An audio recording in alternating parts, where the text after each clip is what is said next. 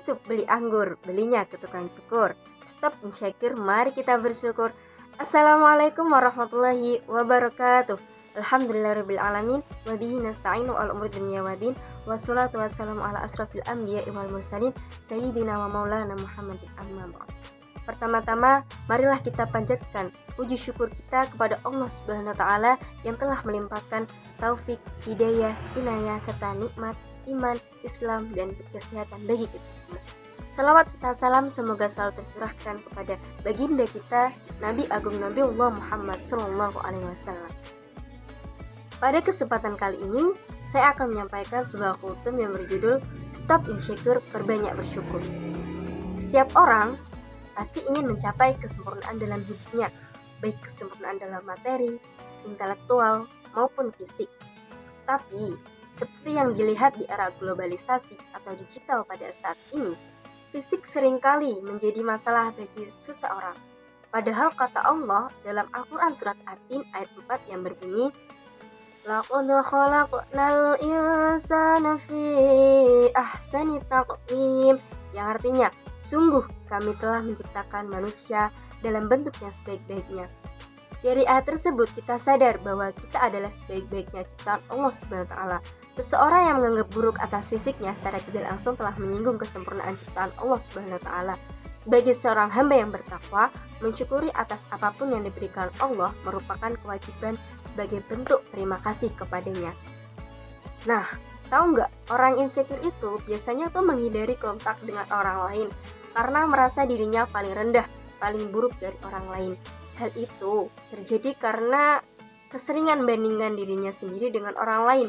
Dirinya tuh fokus pada kekurangan yang dimiliki dalam diri tanpa melihat kelebihan potensi atau keunikan-keunikan pada dirinya sendiri. Nah, sahabat muslim, ada beberapa cara nih agar kita menyudahi rasa insecure itu. Yang pertama, menerima diri sendiri, di mana penerimaan diri sendiri adalah hal yang paling utama agar kita tidak terus-menerus dalam membandingkan diri sendiri dengan orang lain.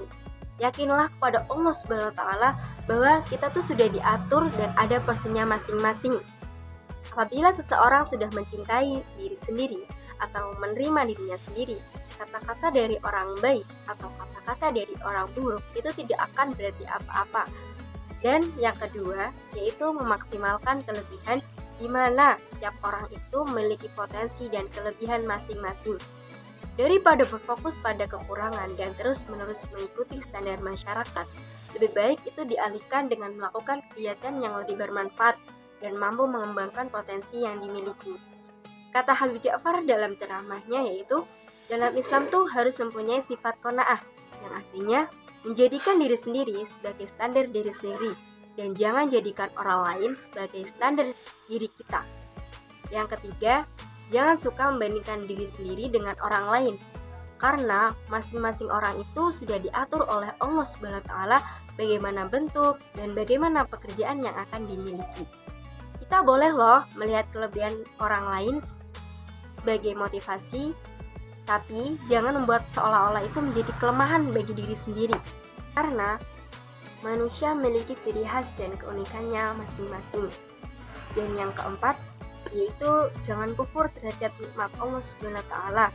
Dalam Al-Quran surat Al-Hujurat ayat 13 yang artinya, dengan segala kuasanya Allah menciptakan manusia dari berbagai macam suku dan warna kulit. Oleh karena itu, sudah seharusnya kita tidak menjadikan perbedaan sebagai pembanding diri yang berujung pada rasa tidak percaya diri dan tidak bersyukur. Dan yang terakhir nih yang perlu dipahami, bahwa perbedaan adalah hal yang wajar, seperti yang dikatakan dalam Al-Quran surat Ibrahim ayat 7 yang berbunyi, wa itta'adza rabbukum la in syakartum la azidannakum wa la in kafartum inna adzabi lasyadid, yang artinya, ingatlah ketika Tuhan memaklumkan, sungguhnya jika kamu bersyukur, niscaya aku akan menambah nikmat kepadamu, tetapi jika kamu mengingkari nikmatku, sungguhnya azabku benar-benar sangat keras. Dalam ayat ini, Allah Subhanahu wa taala kembali mengingatkan hambanya untuk senantiasa bersyukur atas segala nikmat yang telah dilimpahkannya.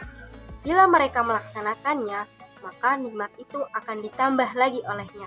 Sebaliknya, Allah juga mengingatkan kepada mereka yang mengingkari nikmatnya dan tidak mau bersyukur bahwa Dia akan melimpahkan azabnya yang sangat pedih pada mereka. Mensyukuri rahmat Allah bisa dilakukan dengan berbagai cara. Yang pertama, dengan ucapan yang setulus hati. Yang kedua, diiringi dengan perbuatan, yaitu menggunakan rahmat tersebut untuk tujuan yang diridhoinya.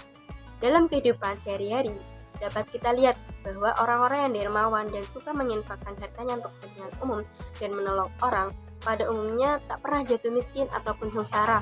Bahkan rezekinya senantiasa bertambah, kekayaannya makin meningkat, dan hidupnya makin bahagia, dicintai, serta dihormati dalam pergaulan.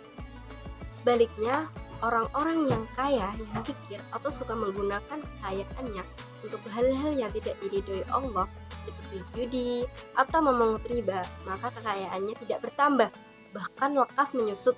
Di samping itu, ia senantiasa dibenci dan dikutuk orang banyak, dan di akhirat memperoleh hukuman yang berat. Sepertinya sekian kultum dari saya yang dapat saya sampaikan. Semoga ini semua bermanfaat bagi kita semua. Pesan dalam ceramah ini yang dapat kita petik yaitu, pesan ini mengajak kita agar senantiasa bersyukur dan jangan membandingkan diri sendiri dengan orang lain. Ingat, insecure itu dapat menjadi penghalang bagi diri kita untuk berkembang dan juga dapat menjadi tantangan bagi mencapai kebahagiaan. Manusia itu diciptakan untuk menjadi nyata, bukan sempurna, karena kesempurnaan itu hanya milik Allah Subhanahu wa Ta'ala. Mari kita sama-sama berhenti untuk insecure dan perbanyak bersyukur. Dengan bersyukur, maka akan hilang rasa insecure dan hidup menjadi lebih makmur tanpa adanya insecure. Terima kasih atas semua perhatiannya. Wabillahi taufik wal hidayah. Wassalamualaikum warahmatullahi wabarakatuh.